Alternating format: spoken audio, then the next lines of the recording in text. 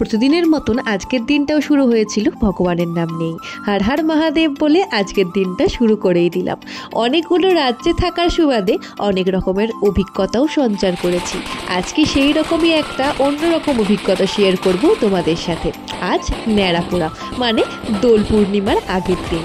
রাজস্থানে থাকার সুবাদে এখানে এক ভিন্ন ধরনের ন্যাড়াপোড়ার অভিজ্ঞতা সঞ্চার করলাম। তো চলো আজকের ভিডিওতে শেয়ার করব সেই সমস্ত কিছুই।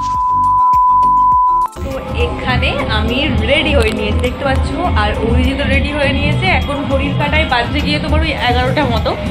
আমাদের খাওয়া দাওয়া কমপ্লিট করে দেখো তাড়াতাড়ি সব দেওয়া হয়ে গেছে, রান্নাঘরে তাড়াতাড়ি দিয়ে নিয়েছি, সব বন্ধ করে বাইরে বেরোবো। এখানে হচ্ছে গিয়ে ন্যাড়াপোড়া হয়, যেটাকে আমাদের ওখানে আমরা ন্যাড়াপোড়া বলি। সেটা একটু অন্যরকমভাবে এখানে অ্যারেঞ্জ করা হয়, অনেক লোকজন যায়, পুজো করে। তো চলো সেটাই শেয়ার করবো আজকের ব্লগে, দেখতে থাকো। আশা করছি এটা অন্যরকম অ্যাডভেঞ্চার শেয়ার করতে পারবো আজকের ব্লগে। তো চলো এখন বেরোনো যায়।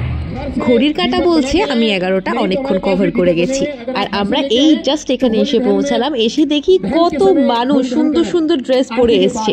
আর আমরা তো আমাদের ওখানে ন্যাড়াপোড়া হলে কেমন দেখি, নর্মাল ড্রেসে চলে যাই, দেখি নিজেদের মতন ন্যাড়াপোড়া করি। কিন্তু এখানে মানুষ রীতিমতন সেজে গুজে চলে এসছেন, আর ন্যাড়াপোড়ার জন্য সবকিছু রেডিও হয়ে গিয়েছে। আর এখানে অলরেডি পুজোও শুরু হয়ে গিয়েছে, আর পুজোটা কিন্তু 5 জন ছেলে মিলে করছে।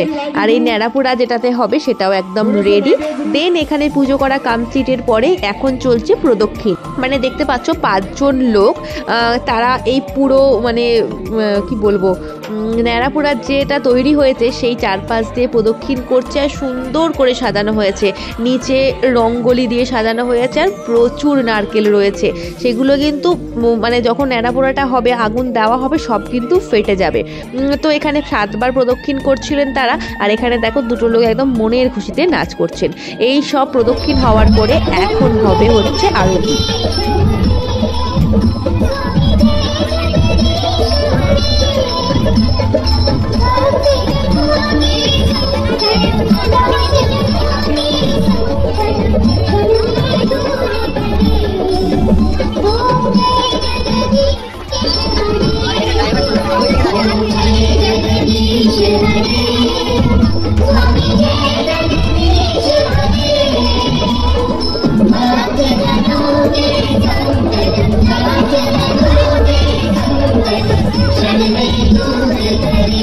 মাথার উপরে উজ্জ্বলমান পূর্ণিমার চাঁদ, কি সুন্দর লাগছে আকাশটা, সাথে অপূরব সুন্দর গানের সাথে এই আরতি।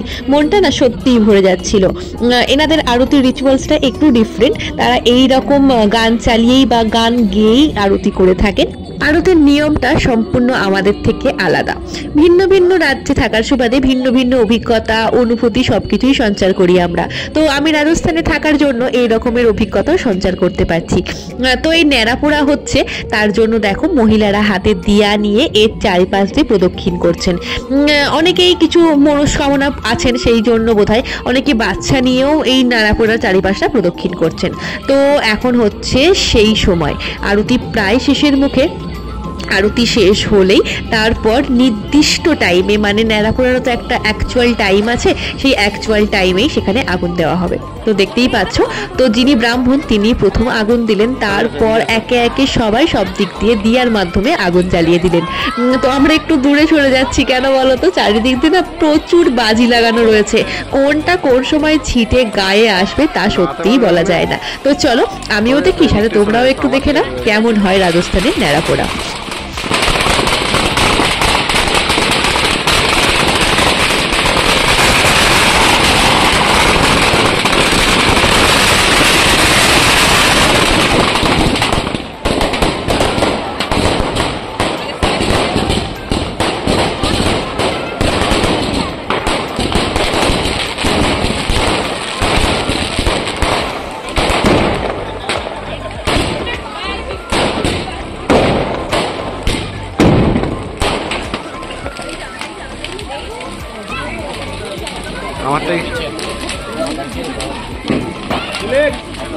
কবিতা আছে না, আজ আমাদের ন্যাড়াপোড়া কাল আমাদের দোল, পূর্ণিমাতে চাঁদ উঠেছে বলো হরি বল, ঠিক সেই রকমই ন্যাড়াপোড়া চলছে। এখানে কিছু একটা বলে, সেটা না আমি ভুলে গিয়েছি। সবাই দেখেছো কত মানুষ ন্যাড়াপোড়া দেখতে এসছেন সুন্দর সুন্দর সাজুগুজু করে। তো আমার অন্য রাজ্যে থাকার সুবাদে এটা দ্বিতীয় বছর আমি বাইরের রাজ্য থেকে দোল দেখছি। মেঘালয়তে প্রথম বছর ছিলাম, কিন্তু মেঘালয়তে তো কোনো দোল উৎসব পালনই হয় না, তবে রাজস্থানে প্রচুর পরিমাণে দোল উৎসব পালন হয়, সেটা তো তোমরা দেখেই বুঝতে পারছো। তো ন্যাড়াপোড়া হয়ে গিয়েছে, আগুন দেওয়া কমপ্লিট। এখন এই আগুনে দেওয়া হচ্ছে জল। সকলেই বাড়ি থেকে এক ঘটি করে জল এনেছেন, সাথে কিছু গম বা চাল এরকম কিছু দানা শস্য এনেছেন, সেগুলো এই আগুনে অর্পণ করছেন। কি রিজন সেটা কিন্তু আমি বলতে পারবো না। তো ন্যাড়াপোড়া কমপ্লিট, এবার তো নিতে হবে প্রসাদ। দেখো এই হচ্ছে সেই শিব মন্দিরটা, এখান থেকেই দেওয়া হচ্ছে প্রসাদ। তো আমরাও প্রসাদ নিয়ে নিয়েছি। এই দেখো আমার বর তো প্রসাদ পেয়ে প্রচুর খুশি হয়ে গিয়েছে, হাতে হচ্ছে এক বাটি বোঁদে। আমার তো বেশ ভালো লেগেছে রাজস্থানের এই ন্যাড়াপোড়া দেখতে। তোমাদের কেমন লাগলো কিন্তু একদম জানাতে ভুলো না। তো প্রসাদ নেওয়া কমপ্লিট, আমরা যাচ্ছি এখন বাড়ি। আর আমার বর রাস্তাতেই খেতে শুরু করে দিয়েছে। ওর না ঠিক খাবার হাতে থাকলে মন অন্যদিকে থাকে না, কনসেন্ট্রেশন ওই খাবারের দিকেই থাকে। আর কি, চলো বাড়ির দিকেই যাওয়া যাক। এবছরের মতো ন্যাড়াপোড়া রাজস্থানেই হলো, দোলটাও খেলবো রাজস্থান থেকেই। তো আজকের ভিডিও কেমন লাগলো অবশ্যই জানিও। তো চলো আজকের মতো good night and bye bye.